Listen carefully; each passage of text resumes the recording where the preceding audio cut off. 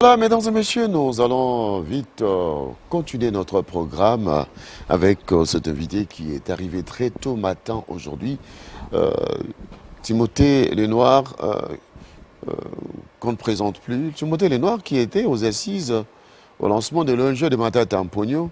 On vous a vu dans la salle. D'abord, merci pour l'invitation. Je suis très flatté. J'ai bel et bien bénéficié d'une invitation officielle, venant plus particulièrement des Vous avez aimé l'initiative de Matata Ampogno? Formidable. Formidable. Et Matata Pogno ne cessera pas de m'épater. Aujourd'hui, il faudra vraiment qu'on se le dise, Matata Pogno, c'est un atout pour la République.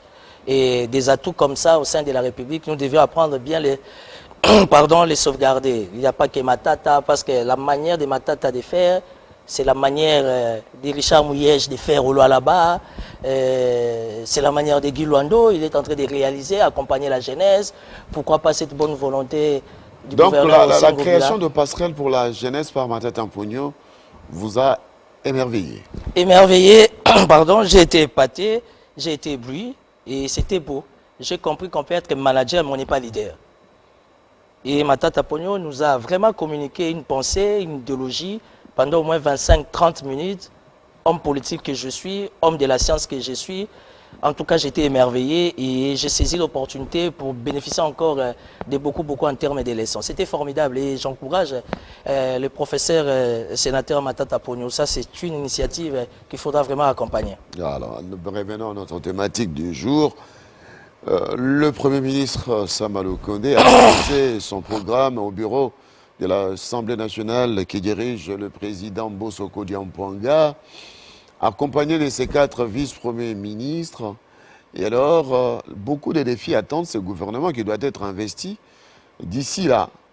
Vous, en tant qu'acteur de la société civile de la RDC, en tant que politique, vous l'êtes depuis, vous êtes quelqu'un qui prend de position et leader d'opinion. Comment appréhendez-vous les défis qui attendent ce gouvernement et quelle sera le piste de solutions pour Samuel Kondé pour innover et apporter ce qui manque à ces gouvernements qui se sont succédés pour que le peuple congolais puisse réellement dire « Waouh, nous y sommes ». Écoutez, Crispin, moi je suis quelqu'un de très positif. Je suis politique, je suis un leader d'opinion, comme tu l'as dit, je suis influenceur et je crois à la res publica. Aujourd'hui, Samalou Konde me fait rappeler l'école de Matata Pogno. Ça veut dire que Samalou Konde, il a déjà un état d'esprit qui d'office, il est appelé à Pourquoi l'école réussir. de Matata Ampogno? Mais il fut l'un des ministres de Matata Pogno. Vous constaterez, la plupart des ministres qui ont travaillé avec Matata Pogno, ils ont toujours une certaine manière de bien faire les choses. Ce sont mes analyses.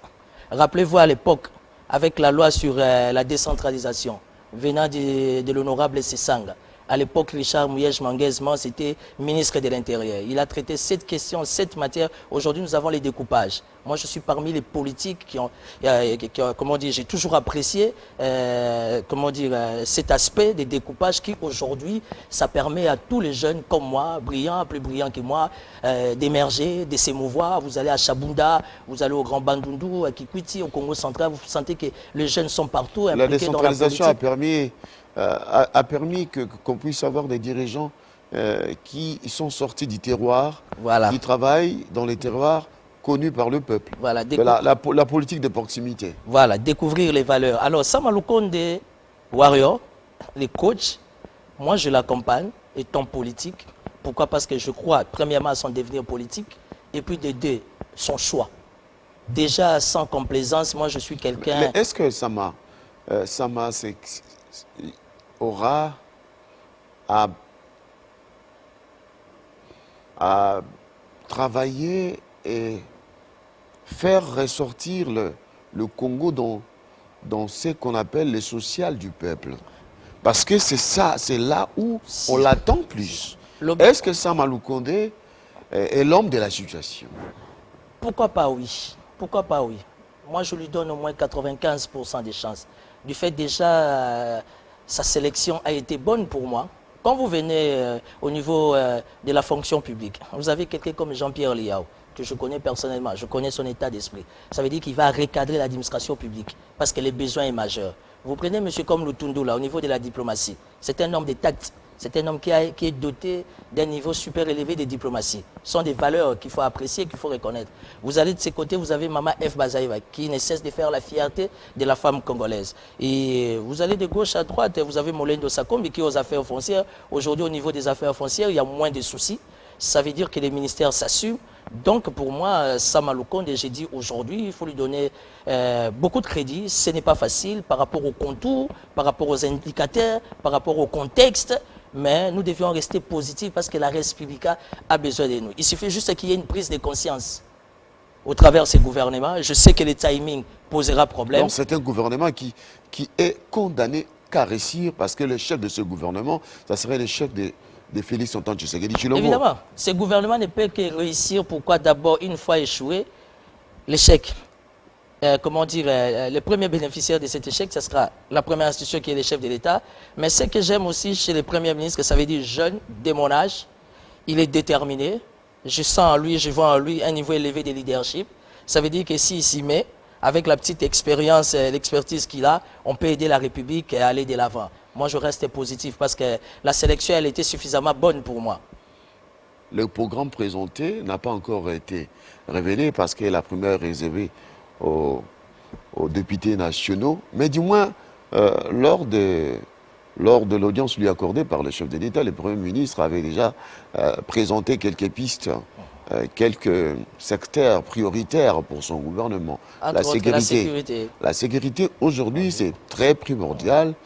Et le chef de l'État ne tient qu'à cela. Il faudra qu'on bataille très dur pour que nous puissions sécuriser la population de l'Est. Est-ce que ça ne sera pas l'élément qui va réellement engloutir l'aspect social de la population? Non, écoutez, le social est une priorité, ça c'est vrai. Mais moi je me dis, dans ma logique, dans mon attendement, la priorité des priorités, ça doit être la sécurité. Ça, vous savez pourquoi? Parce qu'on peut être bien sapé et en tous les moyens qu'il faut, mais quand la parcelle ou encore la maison n'est pas clôturée, si vous voulez, ça pose problème. Ça veut dire qu'aujourd'hui, la question sur l'intégrité territoriale doit être une priorité. Vous savez, on peut peut-être que pas bien manger, mais quand même nous dormons dans des bonnes conditions. Aujourd'hui, la question sur la sécurité doit être une priorité, surtout par rapport à nos frères et sœurs de l'Est. Et au travers de ces gouvernements, je pense qu'ils peuvent être animés de bonnes volontés, mais quand il y a les moyens qui posent problème, ça c'est encore un autre problème. Aujourd'hui, on a un nouveau ministre de la Défense, il faut solliciter même l'intervention du chef d'état-major général privé du chef de l'État, parce qu'il s'agit de l'intégrité territoriale, et est-ce qu'il y a-t-il les moyens qu'il faut? Ça, c'est ce qui pose encore problème. On peut avoir une commission, une équipe bien costaud qui doivent accompagner la vision du chef de l'État dans le cadre de combattre un peu l'insécurité. Mais quand on n'a pas de moyens, quels que soient les niveaux élevés qu'on a en termes de volonté, mais quand les moyens posent problème, ça c'est encore un autre problème. Mais je reste positif déjà par rapport à l'introduction, comme vous venez de le dire, de la discussion qu'il y a eu entre les premiers ministres et les chefs d'État. Je pense que ça ne sera pas facile, mais c'est possible. Parce qu'en politique, rien n'est impossible. En politique, tout est possible une fois qu'on a la bonne volonté. Évidemment, accompagner des moyens. Accompagner des moyens, c'est bien de le dire. Mais à ce jour, nous avons constaté qu'il y a, sur le plan des provincial, il y a quelques couacs, surtout avec le gouverneur Zoé Kabila qui n'a pas adhéré à l'Union sacrée. Nous voyons que l'Assemblée provinciale de Tanganyika connaît des problèmes. Nous avons vu les images. Les députés, 12 députés qui sont restés loyaux envers le gouverneur n'ont pas pu accéder à l'Assemblée provinciale. Mais les 13 qui ne sont pas pour ont accédé dans la salle pour voter le nouveau membre du bureau. Est-ce que, oui, l'aspect sécuritaire, mais l'aspect sécuritaire, ne pensez pas que ça s'accompagne avec la bonne politique de l'ensemble de la République pour ne pas créer de frustration. Parce que la sécurité, c'est les hommes, et ces hommes sont des politiques, et le politique a besoin de confiance et de la cohésion nationale. Est-ce qu'aujourd'hui, on peut dire que sur toute l'étendue de la République, toutes les provinces sont dans l'inquiétude au regard de ce que nous constatons au Tanganyika? Non, écoutez, aujourd'hui, il y a un problème sérieux. Je ne cesse de me le répéter. J'ai jamais été kabiliste. Jamais je serai tshisekedi. Moi, c'est la res publica qui compte pour moi. Je ne pouvais jamais imaginer un Zoé Kabila pouvait être si performant par rapport à ce qu'il est en train de réaliser au Tanganyika. Moi, ça m'a épaté. Politique que je suis, homme d'État, et je suis l'actualité de près. En tout cas, je ne pouvais jamais imaginer que Zoé Kabila pouvait dégager un niveau élevé de bonne volonté, de bonne gestion aux besoins, afin de redorer un peu l'image de Tanganyika. Et c'est normal. Quand vous voyez la gestion de Zoé Kabila, quand vous voyez la gestion de Jacques Aboula Katoué, c'est normal. C'est parce qu'ils ont un coach au milieu d'eux, c'est le gouverneur Richard Mouyej Manguez, qui est déjà expérimenté, qui les accompagne, afin d'accompagner la République. Donc aujourd'hui, vouloir le départ de Zoé Kabila, ça va apporter quoi pour les Tanganyika? Aujourd'hui, les Tanganyika ont des infrastructures. Dans les cadres sociaux, il y a quand même un pas de plus. Dans les cadres sécuritaires, il y a même 3, 4, 5 pas. Ça veut dire, soit on sait ce qu'on veut, soit on ne sait pas ce qu'on veut. Et moi, je me dis que Zoé Kabila, pourquoi il doit déranger? Jusqu'à preuve du contraire, les choses se font bien. Il dérange qui? Pourquoi nécessairement? Nous sommes dans un état de droit. Nous sommes un pays démocratique. Est-ce que tous sommes obligés d'aller à l'union sacrée? Ça, c'est la question que je me suis toujours posée. Je ne pense que la démocratie ou encore l'état de droit ne se définit pas ainsi.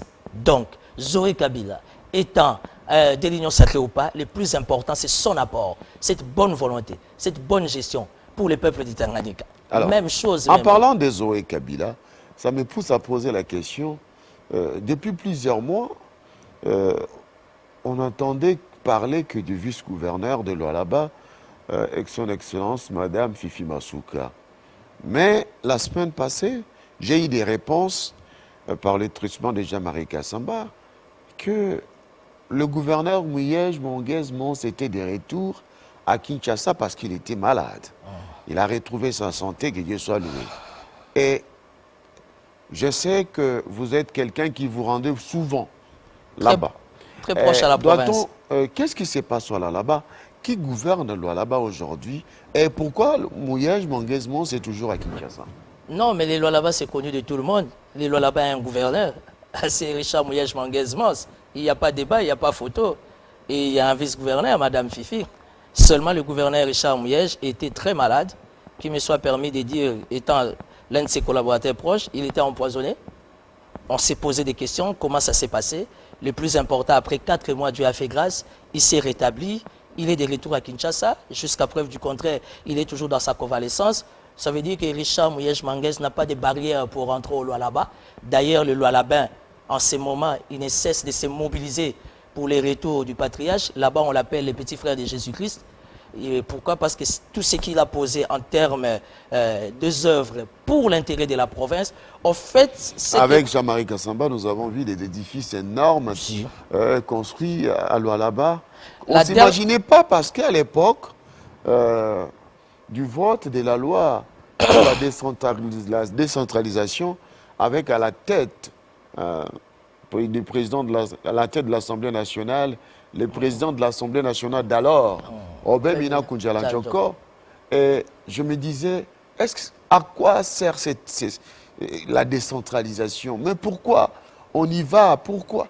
Il y avait trop de critiques, mais aujourd'hui on comprend que c'était nécessaire pour développer les Congos profonds. Voilà. Et Mouyej, en tout cas avec les images que Jean-Marie Kassamba nous avait ramenées, on avait vu des choses, des édifices énormes qui dépassaient même d'autres bâtiments ici à Kinshasa. Ouais.